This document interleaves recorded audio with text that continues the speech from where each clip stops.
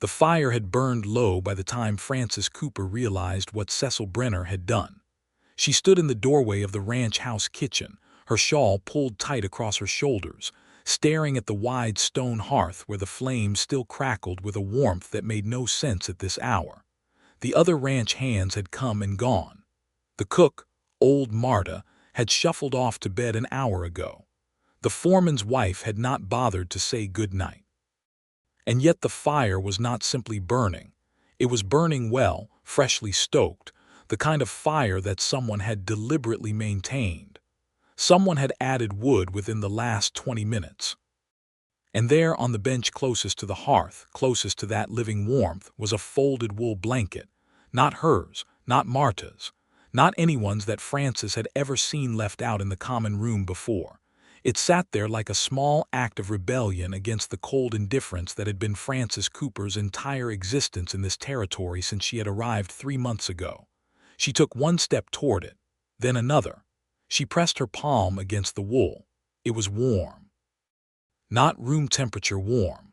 Not the kind of ambient warmth a folded cloth picks up from being near a fire that happened to be burning anyway. This blanket had been placed there with intention, positioned precisely so that the fire's heat would soak through it, so that whoever wrapped it around themselves would feel that warmth instantly, deeply, all the way to the bone. Her throat tightened in a way she had not expected, in a way that frightened her almost more than the cold ever had. Because Frances Cooper had been cold for a very long time, in every way a person could be cold, and she had told herself she had made her peace with it. She had told herself she did not need warmth. She had told herself the wanting was the dangerous part. She heard a boot scuff the floorboards behind her. She spun around, the blanket clutched in both hands. Cecil Brenner stood in the interior doorway that connected the kitchen to the corridor leading toward the ranch owner's study. He was still wearing his work coat, which meant he had not yet been to bed, which meant he had waited. He was a tall man, broad through the shoulders, with dark hair that curled slightly at his temples where the sweat of the day had dried in the cold night air. His jaw was square and usually set in a kind of careful, controlled expression that Frances had spent 3 months trying to read. Right now it was not controlled at all. He looked like a man who had been caught doing something he was not sure he should have done. The silence between them crackled like the fire itself. "I didn't know if you'd be cold," he said. That was all he said. Frances stared at him. Her knuckles had gone white around the blanket. "Nobody does that," she said, and her voice came out strange, lower and more raw than she intended. "Nobody ever does that." The words hung between them with a weight that neither of them was fully prepared for. And in that moment, in the fire-lit kitchen of the Doubleby Ranch in the autumn of 1878, something that had been frozen for a very long time in Frances Cooper began, against her every careful intention, to thaw. Frances Cooper had come to the New Mexico Territory in the summer of 1878 on a lie. Not her own lie, which might have made it easier to bear.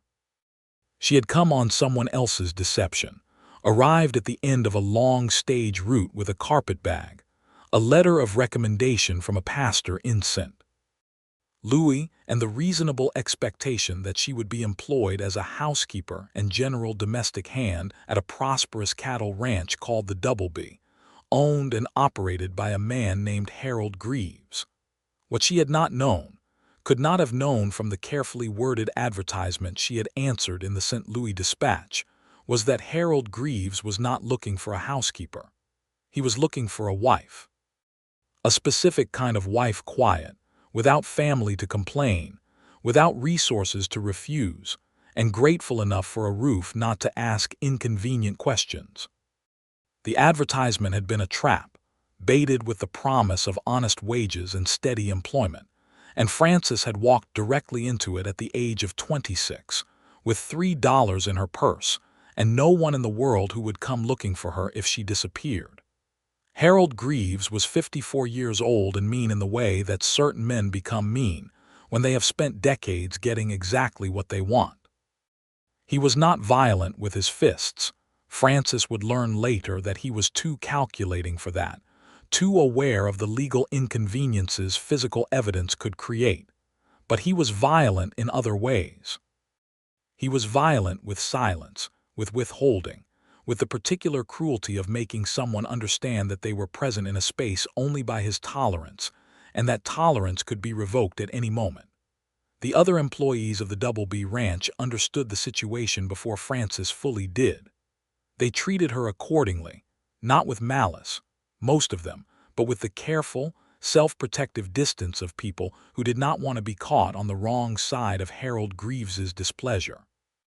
They did not speak to her at meals unless they had to. They did not save her a place near the fire on cold evenings when everyone gathered in the kitchen common room after supper. They did not include her in the small conversational clusters that formed and dissolved throughout the day. She ate at the end of the long kitchen table, always the end. She slept in the smallest room above the kitchen, barely larger than a generous closet, with one window that faced north and let in the winter wind through a gap in the frame that no one had gotten around to fixing. She did her work, the cooking, the cleaning, the mending, the 1,000 invisible labors that kept a household running, and she received for it a roof, meals, and a wage that Harold Greaves found reasons to reduce every time she had saved enough of it to feel slightly less trapped. She had been planning to leave. That was the important thing, the thing that sustained her through the coldest nights and the longest silences. She had been planning to leave since the end of her second week, when she had finally understood the full shape of what she had walked into. She needed money for the stage back to the railhead at Santa Fe, and from there to anywhere else, and she was systematically, quietly accumulating it. She had sewn a small pocket into the lining of her carpet bag, and each week she folded 2 coins into it and told herself that each coin was a step toward the door. The problem was that she had not anticipated Cecil Brenner. Cecil Brenner had arrived at the Double B Ranch 3 weeks before Frances, brought on by Harold Greaves as the new ranch manager after the previous one had quit without notice over a dispute about wages that Harold had lost badly and never forgiven. Cecil came from a ranching family in the Texas Panhandle. He was 31 years old. He had managed his family's land since his father's death 4 years earlier, and had sold his share of it to his 2 brothers when the partnership had become untenable in ways he did not discuss with anyone at the Double B Ranch, which Frances noted and filed away as a dark past, or at minimum a complicated one. He was good at his work. Exceptionally good, in the way that certain people are good at things because they have paid real attention to the world rather than simply moving through it. The cattle improved under his management within the first month. The bunkhouse disputes that had apparently been constant under the previous manager became infrequent. The fence lines got repaired. The books, which Frances could see enough of from her domestic vantage point to understand had been in disorder, began to make sense. Harold Greaves hated him for it, in the way that weak men hate the competent people they depend on, and Cecil Brenner watched Frances. Not in the way Harold Greaves watched her. Harold's attention had the quality of inventory, of a man checking on an asset. Cecil's attention was different. It was quiet, careful, and it seemed to Frances in those early weeks to be the attention of someone trying to understand something, trying to work out a problem that troubled him at some fundamental level. She ignored him. She had a great deal of practice ignoring the attention of men who made her feel uncertain. She focused on her work and her coins and her plan. Then October came, and with it the first real cold of the high desert autumn, and the evenings in the kitchen common room became the place where the ranch's inhabitants gathered after supper, drawn by Marta's wood stove and the big stone hearth that dominated the room's north wall. Frances was always last to finish in the kitchen because she was the one who cleaned up after everyone else. By the time she was free to sit down, the best spots near the fire were taken.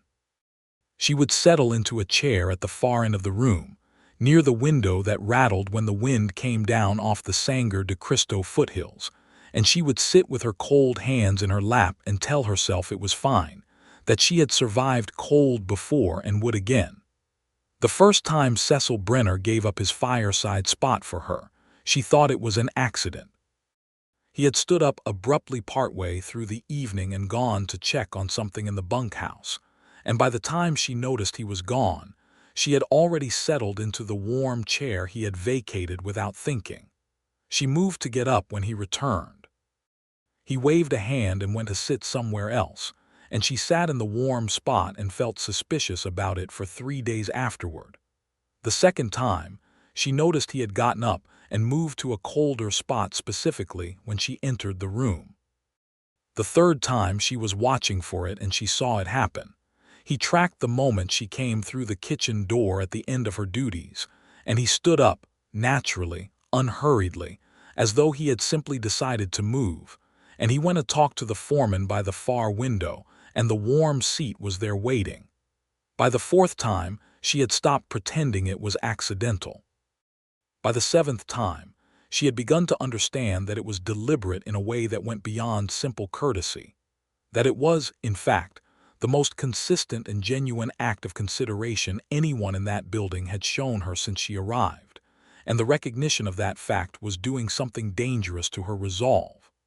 By the time she discovered the warm blanket, 3 months had passed, and Cecil Brenner had not said a single word to her about any of it. "Nobody does that," she had said, and she had meant more than the blanket, and they both knew it. The morning after the blanket, Harold Greaves called Frances into his study. The study was a room she had come to dread: heavy oak desk, mounted longhorn skull above the fireplace that he kept too hot, the particular smell of tobacco and control that she associated with every conversation she had ever had with him that left her feeling smaller than when she entered. He was standing when she came in, which was unusual. He usually sat when he spoke to her, a power arrangement she suspected was deliberate. "I've been speaking with Reverend Alcott," he said, which was how most of his conversations about the future began. Reverend Alcott was the minister in the nearby town of Cimarron, a man who seemed to view his pastoral duties as largely administrative and his relationship with Harold Greaves as largely financial. "He believes the arrangement here has gone on long enough without formalization." Frances kept her face still. She had gotten very good at this. "I'm not sure what arrangement you mean, Mr. Greaves." "Don't be coy," he said, and his voice had that particular edge she had learned to be careful around. "You have been here nearly 4 months. You are unmarried. I am unmarried. This situation reflects poorly on both of us."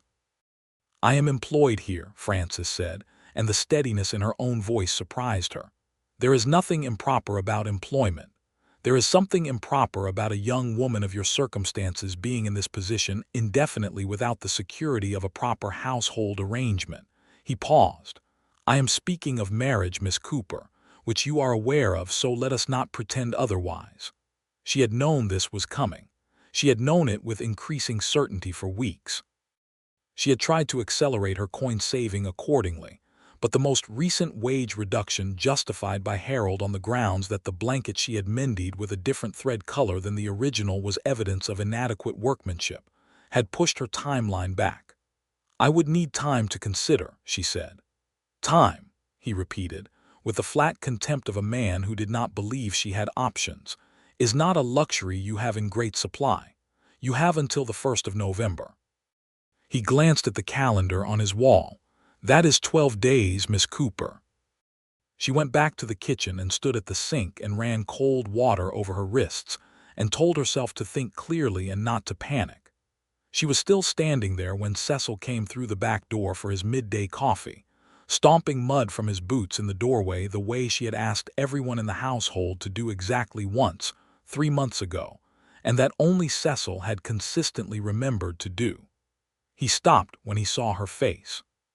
She turned away quickly, because she was not a woman who let people see her at her most frightened, had not been that woman since she was 18, and had learned what showing vulnerability could cost. "Frances," he said. It was the first time he had used her given name. She had not given him permission to use it. She turned back, and something in her expression must have been visible regardless of her efforts, because his jaw tightened and his eyes went sharp with a concern that looked almost like anger. "What did he say to you?" Cecil said. "Nothing that is your business," she said, and it came out more harshly than she intended. "Pour your coffee, Mr. Brenner." He did not move toward the coffee pot. He stood in the doorway with the mountain cold coming in around him, and he looked at her the way he had been looking at her for weeks, that careful, working through a problem look, and said, "How much time do you have?" She blinked. It was such a precise question, as though he had known exactly what kind of conversation she had just endured. 12 days, she said, before she had decided to say anything. He nodded slowly, the way he nodded when he was working something out. Then he poured his coffee, drank it standing at the counter, and went back outside. She stood at the sink for a long time after he was gone. That evening, the fire in the kitchen common room had been stoked higher than usual. The warm blanket was on the bench again, exactly where it had been the night before. And when Frances came in from her last kitchen duties, Cecil Brenner was in his usual spot by the fire, and he did not move, and she realized after a confused moment that he had moved the bench closer to the fire, close enough that the spot beside him was the warmest spot in the room. He looked up when she came in. He did not say anything. He just looked at the empty place beside him on the bench, and then back at the fire, and it was the most clearly worded invitation that had no words attached to it that Frances had ever received. She sat down beside him. The bench was warm. The fire was warm. The wool of his work coat was 4 inches from her shoulder, and she was acutely, undeniably aware of every one of those 4 inches. The foreman's wife, a sharp-faced woman named Beryl Holt, looked at them from across the room with the particular expression of a person making a mental note. Frances saw it and did not care. She was warm, genuinely warm for the first time in months, and something inside her that had been curled against the cold began, tentatively, to uncurl. They did not speak that evening, not directly to each other, but at one point Cecil reached across and added another log to the fire without making any particular production of it, and his arm passed close to her, and she felt the warmth of that too, the human warmth of a person in proximity, and she thought, this is how it starts. This is exactly how the forbidden things start. The small, considered acts of warmth that undo the careful walls you have built against wanting anything. She was afraid of what that meant. She told herself she would be more careful tomorrow. She was not more careful tomorrow. Cecil found her in the barn the next afternoon, where she had gone to escape the particular oppression of the house under Harold Greaves's midday presence. She had brought her mending, which was always waiting, always abundant, and she sat on a hay bale in the relatively warmer air of the barn and worked in the gray autumn light. He came in to check on a mare that had been showing signs of colic, and he spent 20 minutes with the horse before turning to acknowledge Frances, though she was certain he had known she was there from the moment he entered. "I need to tell you something," he said. She set down her mending. "Harold Greaves's operation here is not what it appears," Cecil said. He was still facing the horse's stall, his hands hooked over the rail, and his voice was careful and low. "The cattle business is real enough, but there are other arrangements with some of the men who come through. I have been trying to understand the full extent of it since I arrived." Frances felt a chill that had nothing to do with the temperature. "What kind of arrangements?" He turned then. His expression was serious in a way that stripped away the usual controlled guardedness, and showed something beneath it that looked like genuine moral trouble. The kind that explain why he prefers employees who have no family nearby, no one who would ask questions. She had suspected something was wrong. She had known it in the specific way that women who have had to pay close attention to danger in order to survive develop a sense for wrongness that operates below conscious language, that registers in the stomach before the mind catches up. She had known something was wrong with Harold Greaves beyond his personal cruelty, something structural, something that went beyond one man's character into the architecture of what he had built here. "What are you going to do about it?" she asked. He was quiet for a moment. Then, That depends partly on you. She frowned. How does it depend on me? Because you are in this house, he said, and whatever I do next will have consequences for everyone in it, including you. And I will not do anything that leaves you, he stopped, started again. I will not do anything until I know you are safe. The silence in the barn was immense and golden and full of the sounds of horses breathing and hay settling and the distant wind across the open range. Cecil, she said, and she used his given name deliberately as he had used hers, offering it like something she meant. What did you come here to find? He looked at her for a long moment, and she saw it, the dark past he carried, close to the surface suddenly, close enough to touch. My father's cattle, he said quietly. Harold Greaves bought a herd from my father's estate 2 years before my father died. The paperwork it was not right. The price paid was not the price recorded. My father was ill, and the estate was being managed by Greaves under a temporary arrangement. And I believe he used that arrangement to take more from my family than anyone realized, until I went through everything after my brothers, and I dissolved the partnership. Frances absorbed this. The pieces of it arranged themselves in her mind with the logic of something that had always been true, waiting to be seen. So you came here as his employee to get evidence. I came here to understand what he did, Cecil said, and I have spent 4 months learning that it was worse than I thought. He paused, and that he has been doing the same thing to other people. The employment advertisements, the isolation, the wage adjustments that ensure his staff can never accumulate enough to leave. Frances felt something in her chest that was cold and sharp. He knew, she said. He knew I had no one. He chose me specifically because I had no one. Yes, Cecil said, and his voice was very controlled, and she understood he was working to keep it that way. She sat very still on the hay bale with this knowledge sitting on her sternum, not new knowledge exactly. She had always understood the shape of what Harold Greaves was, but articulated now, named, confirmed by someone else, which made it both more real and strangely more bearable. Being seen clearly by another person, even in the context of your own vulnerability, is less lonely than not being seen at all. What do you need from me? She asked. Tell me where he keeps his private correspondence, the letters he does not leave with the regular mail. She thought about the locked drawer in the oak desk. She had noticed it the first week she was here, had noticed it because Harold kept things in it that he carried personally to and from his trips to Cimarron, bypassing the ranch's regular mail arrangement. Bottom left drawer of the study desk, she said. He has a key on his watch chain. Cecil was quiet, but his stillness had changed quality. It had the quality of someone who had just received something important. Frances, he said. When this is done, when I have what I need and Greaves is dealt with, I want you to know that you are not trapped here. Whatever comes next, you have choices, real ones. She looked up at him. You don't know what I have, she said quietly. You don't know the shape of what I'm starting from. No, he agreed. But I know you are smarter than anyone in that house gives you credit for, and I know you've been saving money to leave. He held her gaze steadily. I noticed the coins. She felt a flash of something that might have been indignation, except that the look on his face was not intrusive. It was protective, the look of a man who had noticed something and been quietly grateful for it, because it meant she had not given up. I have $41, she said, and 12 days. 11, Cecil said, because it was already late afternoon and the day was nearly gone. 11, she agreed.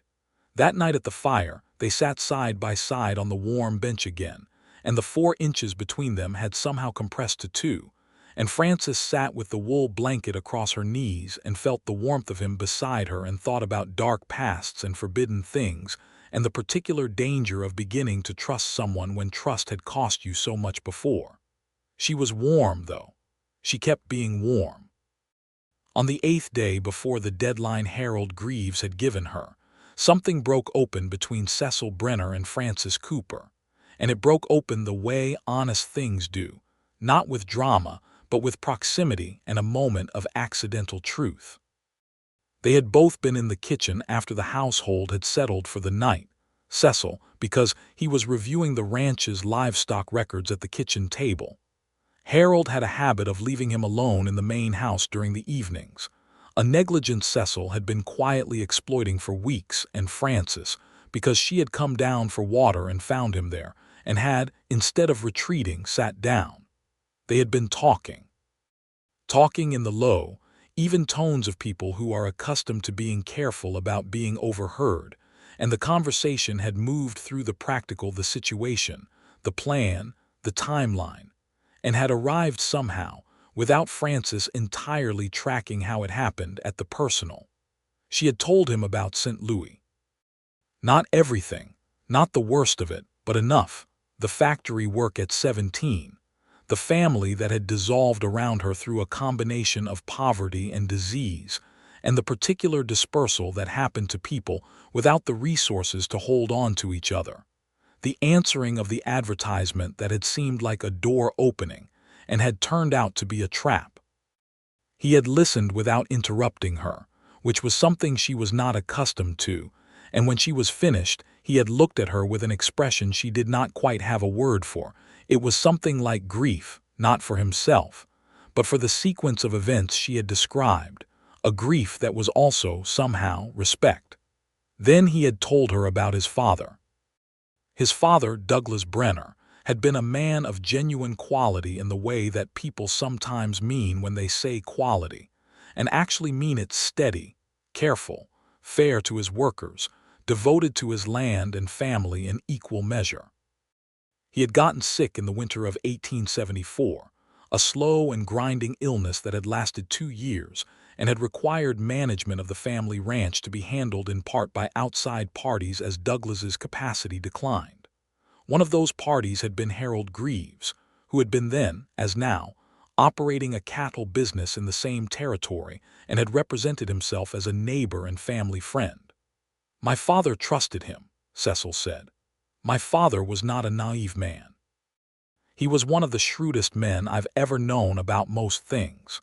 But he was ill, and he was frightened for his family's future, and Greaves was very good at presenting himself as a solution to frightened men." Frances said, "He does the same to women." Cecil looked at her. "I know," he said. "I know he does.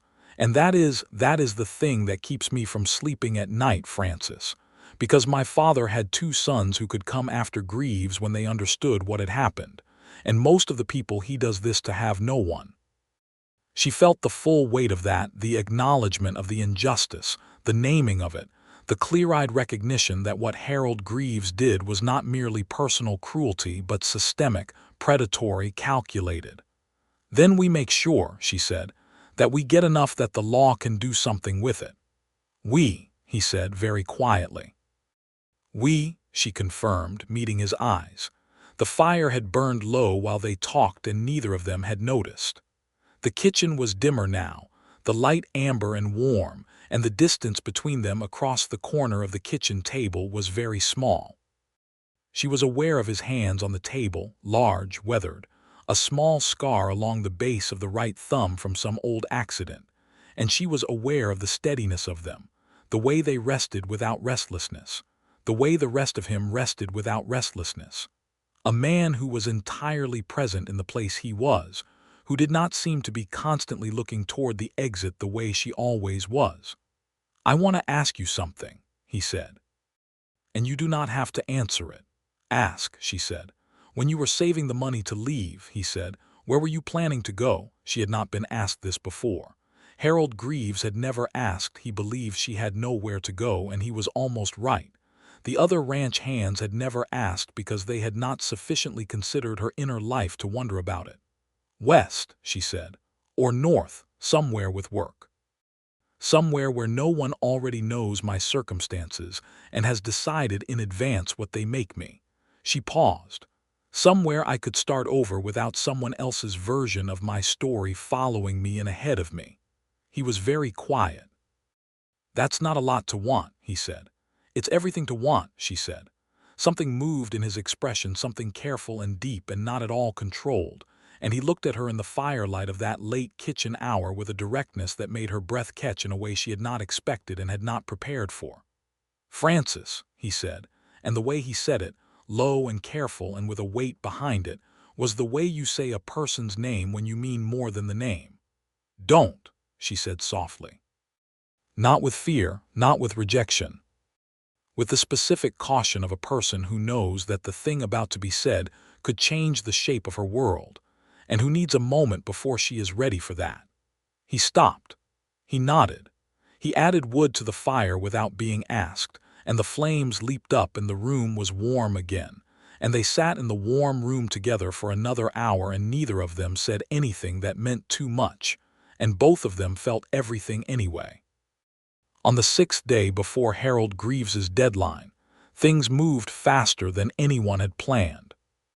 Cecil had found the study unlocked on a Thursday afternoon when Harold had ridden to Cimarron for what he described as business, and what everyone knew was his weekly poker arrangement with Reverend Alcott and 2 other men of similarly flexible morality.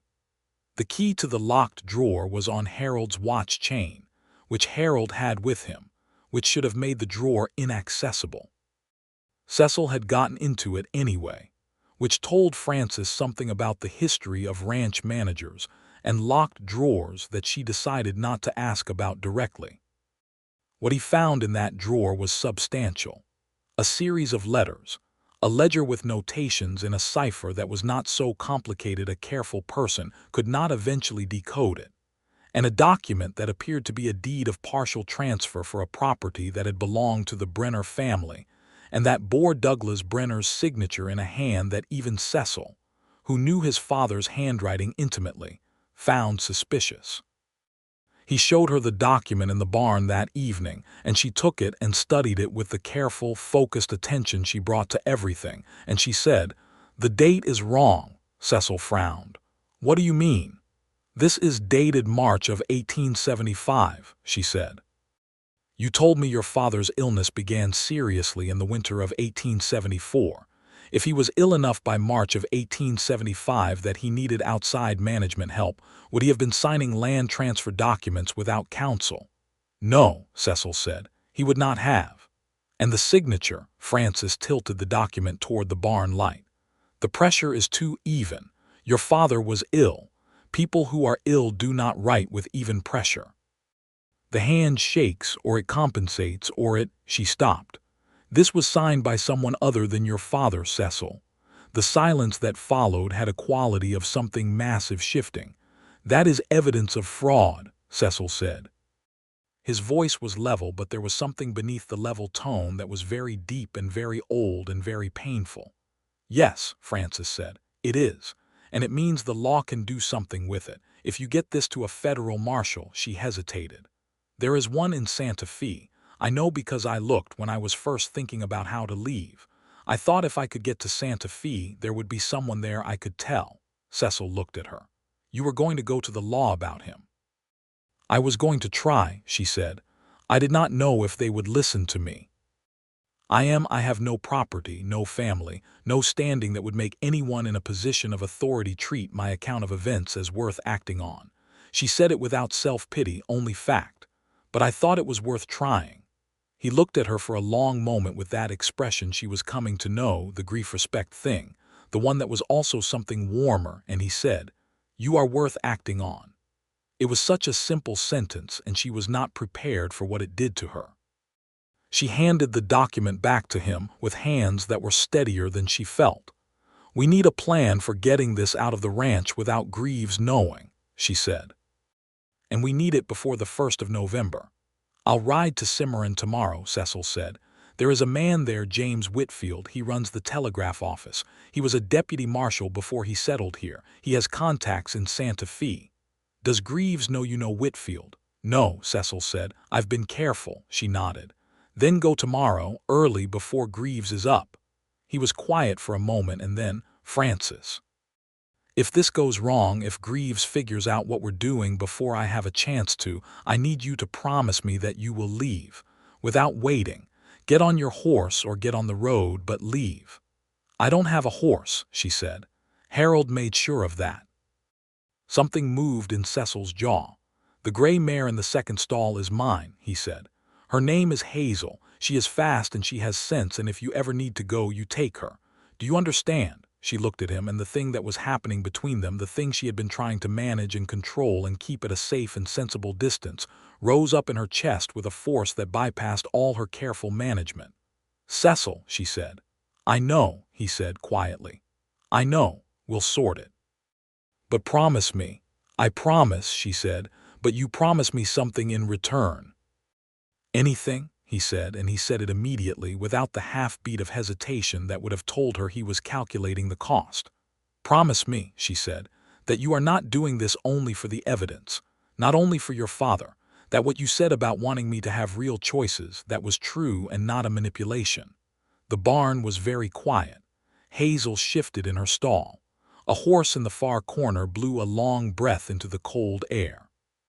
"Francis Cooper," Cecil said, and his voice had changed, had dropped to something that was entirely unguarded in a way she had never heard from him before. "I have been adding wood to that fire every evening since the 3rd week of August. I have been saving you the warmest spot in the room for 3 months. I have been trying to figure out how to tell you, in a situation where the power arrangement made anything I said to you inherently suspect, that you are that I—" He stopped, steadied himself. "You are the most honest person I have met since my father died, and you are brave in a way that most people never get credit for, because it is the quiet kind of brave, the kind that does not announce itself. And I am not doing this only for the evidence." She stood in the golden barn light and felt herself seen, entirely, clearly, without diminishment, and it was the most terrifying and necessary feeling she had ever experienced. "All right," she said, her voice barely above a whisper. "All right," he agreed. Cecil rode to Cimarron before dawn the next morning and was back by noon. Frances had spent the morning in a state of controlled anxiety that she managed by cleaning things that did not need cleaning and rechecking the coins in the lining of her carpetbag, and trying not to watch the road. Harold Greaves was in the house all morning, which made everything worse. His presence had the quality of pressure, of something about to break, and she moved through the kitchen and the corridors with the particular alertness of someone who knows they are close to the edge of a precipice. Cecil came through the back door at 5 past noon with trail dust on his coat and an expression she had learned to read, controlled surface, but something alive and determined underneath it. He met her eyes across the kitchen and gave a single small nod. Whitfield had contacts. A federal marshal's deputy had been stationed in Cimarron the previous month following reports of land fraud in the territory. Cecil had not known this. Cecil had gone expecting to use the telegraph and had found, instead, a man named Deputy Marshal Owen Graves, no relation, Cecil had confirmed, to Harold Greaves, which would have been an absurd coincidence too far, who had been waiting for exactly the kind of evidence Cecil was carrying. "He is coming tomorrow," Cecil told Frances in a low voice when they had a moment alone. "He wants to come with enough men to prevent Greaves from doing anything rash when he understands the situation." Frances thought of the deadline. "That is still 2 days before the 1st of November.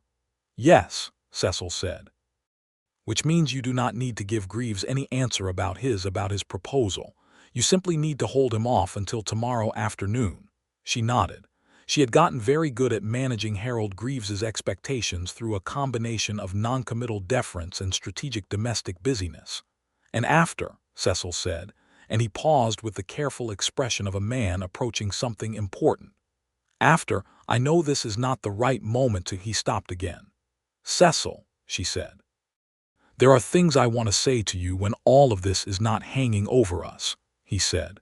"When you are not in a position where anything I say carries a power imbalance. I want to say them when you are free, when you have the choices I told you I wanted you to have." She looked at him for a moment, and she felt the warmth of what he was saying, the care in it, the respect for the conditions of freedom that made real choice possible. "Then we get through tomorrow," she said. "We get through tomorrow," he agreed. That evening was the last evening by the fire. They did not know it would be the last evening. They sat on the warm bench, the fire high and crackling, the wool blanket across Frances's knees, and the distance between them had continued to compress over the weeks, so that it was no longer 4 inches or 2, but rather the natural proximity of two people who have stopped pretending they want to be further apart. Their shoulders touched. It was not dramatic. It was simply what happened when the performance of distance was no longer worth maintaining. Beryl Holt watched them from across the room with undisguised interest. The foreman, a decent, quiet man named Pete Holt, watched the fire and probably knew exactly what he was looking at. Old Marta refilled the kettle on the stove and hummed something low in Spanish, and did not look at anyone. Harold Greaves did not come to the common room that evening, which was unusual enough that Frances noted it. She noted it and filed it away as something to be careful about.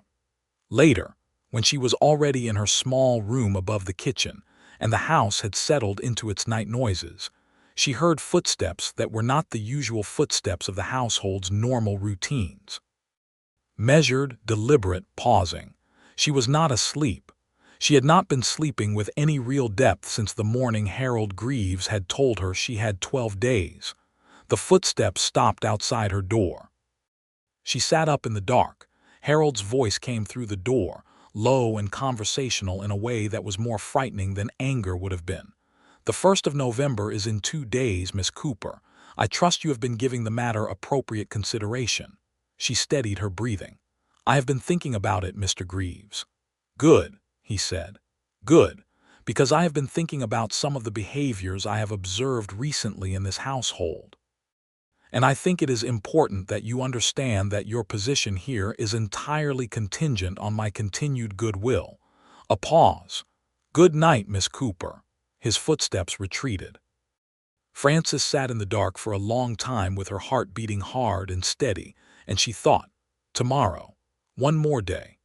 Deputy Marshal Owen Graves arrived at the Doubleby Ranch the following afternoon with 2 marshals and a warrant. It was not, in the end, dramatic in the way such moments are sometimes made to seem in the telling. Harold Greaves was in his study when the riders came up the main approach road, and Cecil met them at the gate and brought them directly to the house, and Frances was in the kitchen and heard the arrival and stood very still at the kitchen window with her hands in the dishwater. Harold Greaves did not go quietly in his spirit, but he went without physical resistance, because he was a man who understood when a position was untenable and directed his energy toward preservation rather than spectacular failure. He spoke at length about legal errors and misunderstandings, and the character of his accusers, which the deputy marshal received with the impassive patience of a man who had heard all of it before. They found the cipher ledger and the correspondence in the study. They found the fraudulent deed. They found 3 other documents that matched the pattern of land fraud perpetrated against at least 4 other families in the territory besides the Brenners, which expanded the charge from personal grievance to pattern of criminal conduct and made the legal case substantially more solid. Harold Greaves was taken to Cimarron. The warrant covered his properties pending investigation. The ranch's working operation would continue under a receiver, while the legal process moved forward, which meant, in practical terms, that Cecil Brenner would continue to manage the Doubleby's cattle and operations for the foreseeable future under the authority of the federal court, rather than Harold Greaves. Frances stood in the kitchen doorway and watched the riders take Harold Greaves down the road, and she felt the thing that comes after long fear when it is finally, structurally resolved, not dramatic relief, not joy, but rather a profound and quiet loosening, as though a fist that had been clenched inside her sternum for months had simply, slowly, opened. She heard boots on the kitchen steps and turned. Cecil stood in the doorway, removing his hat, and he looked at her across the kitchen with an expression that was unguarded in the way it had been in the barn, open and uncertain and hopeful in a way that made him look younger, made him look like the version of himself that existed before his father died and Harold Greaves took what was not his to take. "It is done," he said. "It is done," she agreed. He crossed the kitchen. He stopped a few feet from her, which was careful of him, which she noted and which mattered. "Frances," he said, And this time when he said it, it was the whole thing, the weight of 3 months of fires and warm spots and blankets and barn conversations, and the unsaid things that had accumulated between them with the patient inevitability of snow. "I know," she said, and she meant, "I know what you want to say. I have known for a while. And I am ready now. I have the choices you wanted me to have, and I am choosing with full knowledge and no debt and nothing pressing me from behind." "I love you," he said simply, the way honest things are said simply.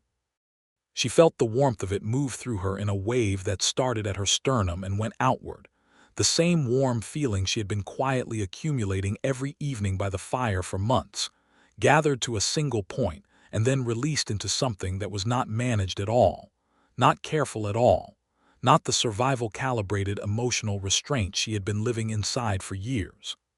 "I love you too," she said, and heard the truth of it in her own voice and did not try to take it back.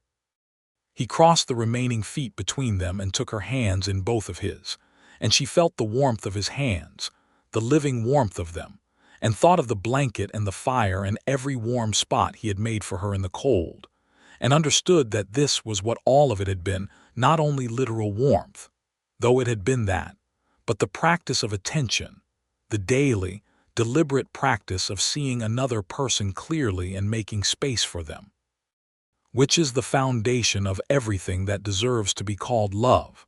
He kissed her then, in the warm kitchen, and she kissed him back, and it was nothing like fear and everything like the opposite of cold.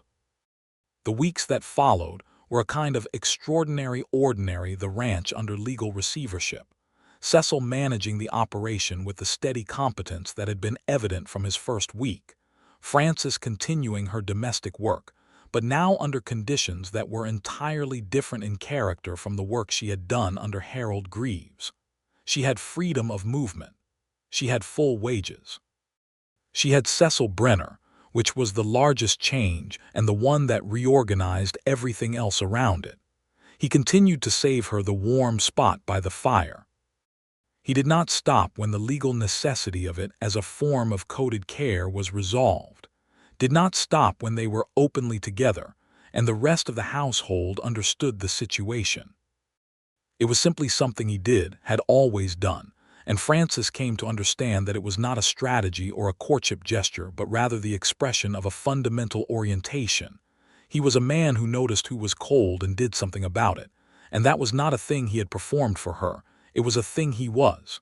She stopped keeping her coins in the carpetbag lining. In November, he asked her to marry him. He asked her in the kitchen, which was where they had talked most honestly. He did not make it theatrical, did not get down on a knee or produce a ring in a dramatic fashion, because he understood her well enough by then to know that theatrical gestures made her more tense rather than less. He asked her across the kitchen table with both hands flat on the tabletop, and his eyes steady on hers, and a directness that was simply, "Will you marry me, Frances? Because I want to build something with you. Not a life where you are tolerated and reduced and carefully kept from having choices. A life where you have every choice and you choose this one because it is what you want." She said yes before he was finished speaking and then felt the need to explain. "I let you finish because it seemed important to you to say it all." He laughed, which was a sound she had been adding to her private inventory of things she loved, a sound that came from somewhere genuine and unperformed. "You could have stopped me at any time," he said. "I know," she said. "I didn't want to."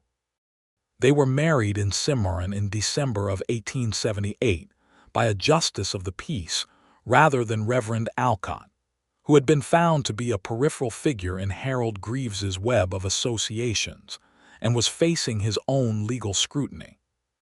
It was a small ceremony, Pete and Beryl Holt as witnesses, old Marta sitting in the front row with her hands folded and an expression of deep satisfaction. James Whitfield from the telegraph office, who had helped set the legal mechanism in motion, came and brought his wife, a kind, broad woman named Ellie, who embraced Frances immediately upon meeting her and called her sweetheart in the way of women who are generous with affection and mean every word of it. Frances wore the best dress she owned, which was a deep blue wool she had altered and pressed with great care. She carried a small cluster of dried wildflowers that Ellie Whitfield had brought from her home garden, preserved from the summer, which made them the most beautiful thing Francis had held in a long time. Cecil wore a clean white shirt and his best coat, and looked at her when she came into the room the way the fire looked when someone added fresh wood to it. A sudden increase of warmth and light that had nothing performed in it, nothing held back. When they were married, she felt none of the things she had feared might surface. No grief for the circumstances that had brought her there. No echo of Harold Greaves's transactional view of marriage as a mechanism for control. There was only the warm room and the man beside her, and the remarkable fact of being entirely, actually free. They returned to the Doubleby Ranch as man and wife. The legal proceedings against Harold Greaves moved through the federal court system over the following months, and Cecil's testimony was central to the fraud case. The forged deed was confirmed by a handwriting expert brought from Albuquerque. Two of the other defrauded families provided their own documentation. Harold Greaves was convicted in the spring of 1879 on multiple counts of fraud and sentenced to 7 years in the federal penitentiary, which was not enough to fully account for the scope of what he had done, but was more than anyone had managed to hold him accountable for before. The Brenner family cattle, or rather the financial value of them, adjusted through the receiver's process, were legally returned to the Brenner estate, which meant to Cecil and his brothers, with whom Cecil had maintained a cautious correspondence throughout the process.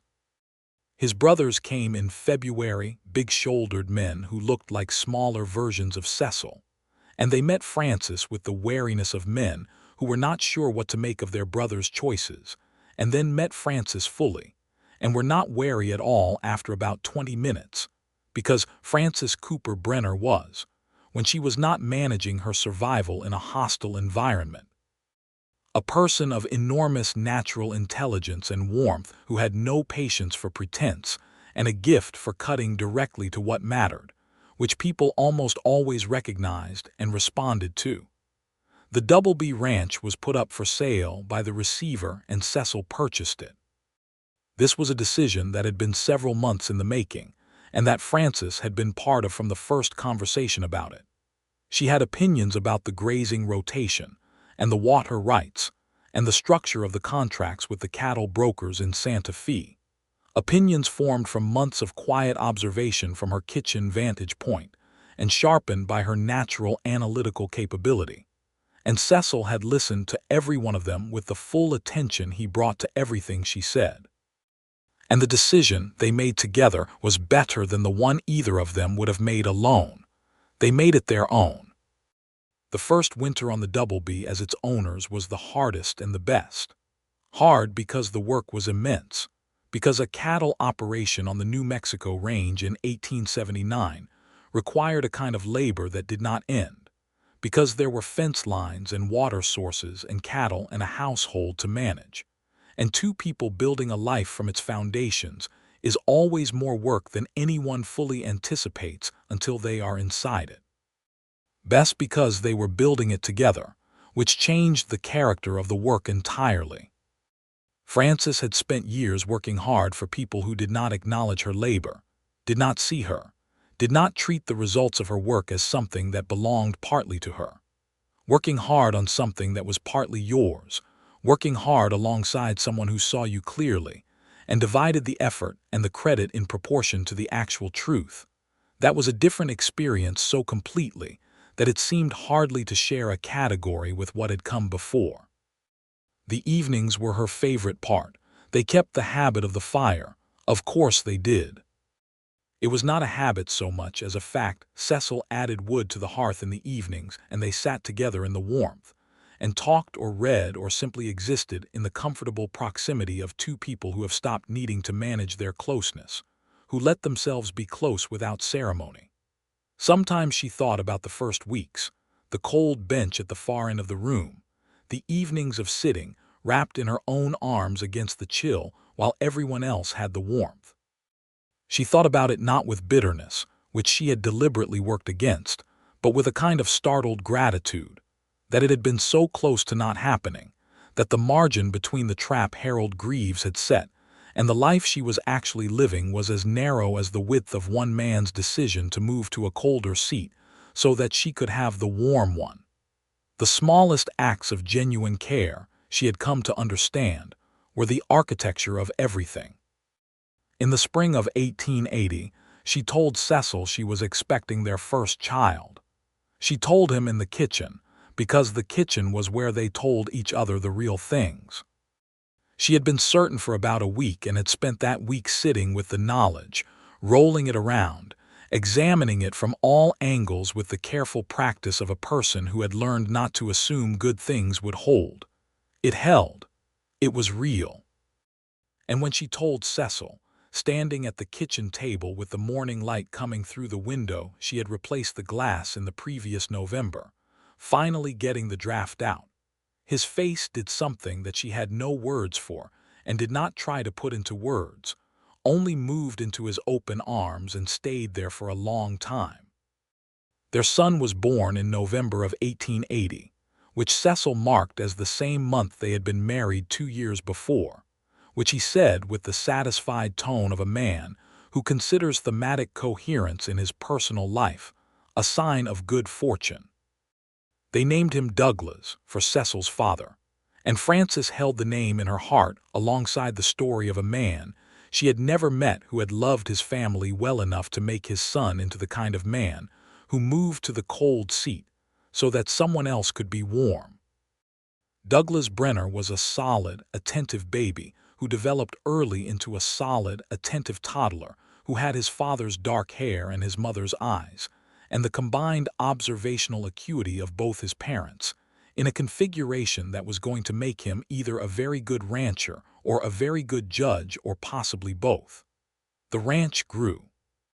Not explosively, not through the kind of ruthless expansion that had characterized Harold Greaves's operation, but steadily, through the honest accumulation of good decisions and hard work, and the kind of reputation that develops when people in a community learn that your handshake means what you say it does. Cecil hired a foreman named Augusto Medina, a man from a ranching family whose land lay south of Cimarron, who had been doing foreman work on a neighboring spread, and who came with both extensive knowledge of the local range and a family of his own, a wife named Rosalita, and 3 children who took immediately to Douglas with the confidence of children who have been raised in a household that treats people as people. Frances developed a friendship with Rosalita Medina that became one of the sustaining structures of her life. The friendship of 2 women in a country that could be very large and very empty, who were each other's company and counsel, and sometimes simply physical proof that the world contained other people who understood your particular experience of it. Rosalita was wise in ways that Frances recognized as hard-earned, and Frances offered in return the specific kind of clear-eyed practical honesty that Rosalita said was the most useful thing a friend could give you when you were trying to make a decision. The legal process following Harold Greaves's conviction had resulted in some restitution for the families he had defrauded. It was partial money lost over years, and transferred through complicated financial instruments was not fully recoverable, but it was something, and the existence of the federal precedent mattered for the territory. It mattered especially for people who came after, for the other women answering other advertisements, for the other families dealing with other opportunists who took advantage of illness or isolation or desperation. Frances had given testimony in the proceedings with the same careful precision she brought to everything, and the deputy marshal had thanked her in terms that she accepted with the same directness she brought to everything. She was not interested in being a figure in a story. She was interested in the actual outcome, having the shape that the actual situation required. Cecil told her once, years later, that her testimony had been the most effective single piece of witness account in the trial. She said she knew, because she had paid close attention to what the case needed and had provided exactly that, and he laughed his genuine laugh and said that was one of the things he loved most about her, that she did not perform false modesty about her own capabilities. She had come to understand, someone who had capabilities. Real ones, not qualified by the smallness of the world she had been offered access to. She had always had them. She had managed her entire survival in a hostile situation through the application of intelligence and observation and steady nerve. And the difference between the Frances who had arrived at the Doubleby ranch with a carpetbag and $3, and the Frances who sat by her own fire with her husband beside her, was not a difference in capability. It was a difference in the conditions available to that capability. She thought about this sometimes when she was by the fire in the evenings, Douglas asleep, Cecil reading. The ranch settled into its nighttime rhythms. She thought about all the women in the territory and beyond who had the same capabilities she had, and who did not have a Cecil Brenner, who did not have someone who moved to the cold seat, who did not have anyone who stored up warmth for them deliberately, and offered it without the price Harold Greaves attached to everything he did. She resolved, with the quiet resoluteness that characterized all her significant decisions, to be that for people where she could, to notice who was cold. She started with practical things. The town of Cimarron had grown since 1878. The railroad expansion through the territory had brought new settlers, new families, new people arriving with the same mixture of hope and insufficient resources that had characterized her own arrival. She made it a practice to know who had arrived, who was struggling, who was in a situation that required the kind of intervention that could be invisible if handled right. Ellie Whitfield, who was a natural in this kind of work, was her partner in it. They organized nothing formally. There was no organization, no committee, no mechanism that could be pointed to. But there was a network of attention and practical care that spread through the women of Cimarron and the surrounding ranches with the quiet efficiency of something that has been needed for a long time. Cecil was aware of it and supported it with the ranch's resources when resources were what was needed, and with his presence when presence was what was needed, and with the particular quality of steady reliability that he brought to everything he committed to. They had a second child in the winter of 1883. A daughter this time, which brought a different quality of joy, the particular love of a daughter who comes into a household already full of deliberate warmth and absorbs it into herself in the earliest days and grows outward from it. They named her Clara, for Frances's mother, who had been dead for 12 years but who had been a woman of considerable substance and deserved to be remembered. Clara Brenner had her mother's precision and her father's steadiness, and an additional element that was entirely her own, a quality of ease, of comfort in the world, that neither of her parents had had in childhood, and that they recognized in her with a joy that was also, quietly, the specific joy of parents who have made something possible for their children that was not possible for themselves. Douglas, who was 3 when Clara arrived, considered her for approximately 2 days, and then decided she was acceptable and began the long project of protecting her from everything he perceived as threatening, which in his estimation included the barn cats, the geese, and any unknown rider who came up the main road. Clara tolerated this with the good-natured confidence of a child who knows she is entirely capable of managing herself and is simply allowing her brother his protective vocation as a courtesy. The ranch flourished. The community of Cimarron and the broader territory had changed substantially by the mid-1880s. The railroad had come. The range was more contested. The legal frameworks around land and water were more developed. The isolation that had characterized the early years of Frances's time in New Mexico had given way to the denser social fabric of a territory moving toward eventual statehood. Some things were better. Some things were not. The displacement of the people who had been on this land before any of them arrived was ongoing and unjust in ways that Frances saw clearly and could not fix, and could only witness and refuse to benefit from where that was within her power, which was rarely enough. Cecil dealt honestly with the Jicarilla Apache families, whose traditional ranges overlapped with the Doublebees' grazing land, which was not what most ranchers in the area did, and which mattered in the specific way that honesty matters, even when you cannot make right everything that was made wrong before you arrived. Augusto Medina managed the ranch's daily operations with the same solid competence that had made him the natural choice when Cecil needed a foreman, and his oldest son Raphael, who was 18 by 1883, had begun learning the ranch management work from both Cecil and his father, and showed every sign of being the kind of young man who was going to be very good at it. Frances continued to manage the household, and, increasingly, the ranch's books, which she had always had a talent for and which she had taken over formally from Cecil after the first year of their ownership, when it had become clear that she was faster and more accurate than he was at the numerical work, which Cecil had acknowledged with the lack of ego about such things that was one of the qualities she loved most in him. She had her fire every evening. He stoked it every evening. It was not a gesture anymore, not a gift exactly, though it remained that in some essential sense. It was simply what they did, simply the ordinary fabric of their days, the warm room and the man beside her, and the life they had built together from the unpromising starting material of her arrival with $3 and no options, and his arrival with a dark past, and a righteous grievance, and somehow between them, they had made something that was solid and warm and real. Douglas turned 5 in November of 1885 and asked his father where the ranch had come from. Cecil told him, sitting by the fire that evening, the full account, not the version shaped for children where the difficult parts are softened, but the true version, adjusted for what a 5-year-old could hold, which turned out to be more than most people assumed.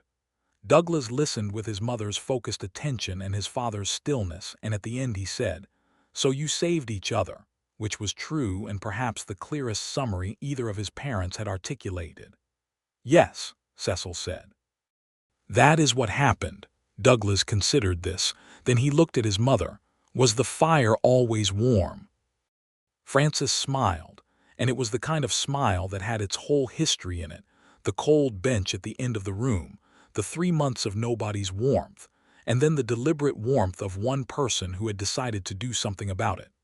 "Not always," she said, "but it has been every night for a long time." Douglas accepted this with the satisfaction of a child receiving a true answer and went back to the game he had been playing on the rug. Clara, who was 2 and did not track the conversation's content, climbed up onto the bench between her parents, which was by now warm enough that she settled into it with the confidence of a child who has never known a cold spot by a fire, who has grown up inside this warmth as if it were the natural condition of the world, which was, Frances thought, exactly what they had intended. The years were good, not easy. The ranch life of the late 1880s in New Mexico was not easy for any one drought years. Cattle prices, the ongoing legal and political turbulence of a territory working toward statehood, the thousand small and large crises of a working operation of their scale. There were winters that tested them and summers that did the same and years that required everything they had in them and left them tired in ways that took months to recover from. But the difficulty was shared, carried in common, distributed across the shoulders of 2 people who had committed to the distributing, and the warmth of the fire and each other was there at the end of every hard day, reliable as the mountain dark and more comforting. Cecil had never once in their years together failed to have the fire warm when she came to it in the evenings. She had noted this consciously only a few times. The first time she noticed was the night after Douglas was born, when she had come downstairs for the first time in 3 days, moving carefully, the new fact of her son in her arms, and the fire was blazing and the bench warm and Cecil was there, and had looked at her with such complete love that she had needed to sit down immediately, not from weakness but from the full weight of it. The second time she consciously noted it was during the hard winter of 1886, when the snow had been deep enough to keep everyone inside for 4 days, and the ranch's wood supply had needed careful rationing, and Cecil had quietly used more of their personal allocation for the main hearth fire, so that the common room where she worked and where the children played was warm, and used less for the study where he was working through the accounts. And she had found him there one afternoon in his coat, and she had simply gone in and sat down beside him at the desk, and they had done the accounts together, which halved the time and meant neither of them was cold. The third time she consciously noted it was on the evening of their 10th anniversary, December of 1888, when he had stoked the fire higher than usual and added cedar to the regular wood, which gave the room a scent that was warm and particular and completely associated, in her memory, with all the best evenings they had spent together. And he had produced a small package that turned out to be a copy of a book she had mentioned once, briefly, as something she had wanted to read years ago in St. Louis and never had access to, and she could not fully account for how he had found it, only that he had, which meant he had heard that brief mention and held it, which was its own kind of warmth. "You remember everything I say," she said. "I do," he agreed. "Why?" she asked, not because she didn't know the answer but because she wanted to hear him say it. "Because everything you say is worth remembering," he said simply, in the way he said the things that mattered most. In the spring of 1889 they had their third and final child, another son, whom they named after James Whitfield, who had died the previous winter and whose absence had left a genuine hole in the Cimarron community and in Francis's own life. The baby was named James and was the most cheerful of the three children from his earliest weeks, a quality that seemed partly nature and partly the absorbed contentment of a household that had been, for 9 years, genuinely happy. New Mexico achieved territorial status milestones through the late 1880s, and the community around Cimarron changed shape as it did more permanent structures, more institutional presence, a school that Frances had been instrumental in establishing, and that all three of her children attended, taught by a young woman from the East named Miss Prescott, who reminded Frances faintly of her younger self, and to whom Frances was quietly, practically supportive in the ways that Ellie Whitfield had been to her in her early years in Cimarron. The circle of women who had been helped by other women, and who then made themselves available to help, not because it was a rule or an obligation, but because they had experienced the value of it, and it was simply the only sensible response, moved through the community in ways that were not documented and not visible in any official record, but that shaped the actual experience of the place with a force that outlasted more visible institutions. Harold Greaves finished his sentence in 1886 and, to the best of anyone's knowledge, moved to California, which was far enough away not to be anyone's problem in New Mexico. The Double B Ranch remained the Double B Ranch, which had seemed like a strange sentimental decision to some people, until Cecil pointed out that the land was what it was regardless of what you called it, and renaming it would be a kind of pretension, an attempt to erase a history that had actually happened, and that they had been part of and that had made them what they were. Frances had agreed. The history had happened. You acknowledged it, and you built the next thing on the honest ground of what was true. On the evening of December 18th, 1890, their 12th anniversary, Frances came in from the North Paddock, where she had been talking with Augusto Medina about the spring grazing rotation, still cold from the wind that had been coming down off the mountains all afternoon, still with her coat buttoned and her breath frosting in the last of the winter daylight. She came through the kitchen door and into the main room, and Cecil was at the fire, and the fire was high and warm, and the bench was there with the wool blanket, not the original one, which had worn through years ago, but a new one in the same dark color, a replacement she had not asked for that had simply appeared one winter and continued to appear each winter since when the old one wore out, an act of ongoing, unremarked attention. And Douglas was reading on the floor with James asleep against his side, and Clara was doing something at the table with a piece of paper and a pencil and making concentrated faces at it. Cecil looked up when she came in, and he looked at her the way he always had, the full, clear, warm look that had been the same since the barn in October of 1878, that had not dimmed or become routine, or been replaced by the distracted half-attention that long familiarity can breed. He looked at her like she was still the most important thing in whatever room they shared, and she looked back at him with the same thing, and across the warm room, over the heads of their 3 children and into the firelight, 12 years of mornings and difficult winters and shared labor and honest conversation and ordinary extraordinary evenings, by the fire passed between them without needing a word. "Cold out," she said. "Come sit down," he said. She crossed the room and sat beside him on the warm bench, and he put his arm around her and she leaned into the solid warmth of him, and the fire was warm, and the room was warm, and her children were warm, and everything that had once been cold in her was warm now, thoroughly, all the way to the bone, the kind of warmth that does not come from any single fire, but from the accumulated heat of 12 years of a man who noticed, every single evening, where she was and made sure the warmth was there waiting for her. Outside, the New Mexico wind came down off the Sangre de Cristo Mountains and moved across the wide dark range and found the ranch lit from within, every window warm, and moved past without leaving a mark. Inside, Frances Cooper Brenner sat by her fire and was warm. She had been cold for so long, and she was warm now, and she intended to stay that way.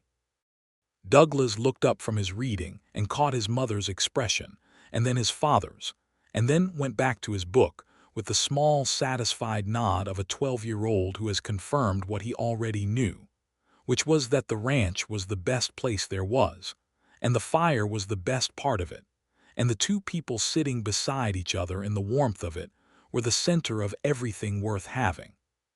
Clara looked up from her drawing and said, "Mama, I drew the fire," and held up the paper, which did indeed contain something that was recognizably a fire, rendered with the energetic certainty of a 7-year-old who has decided something looks a particular way and committed to it entirely. Frances looked at the drawing. "It's perfect," she said. And it was.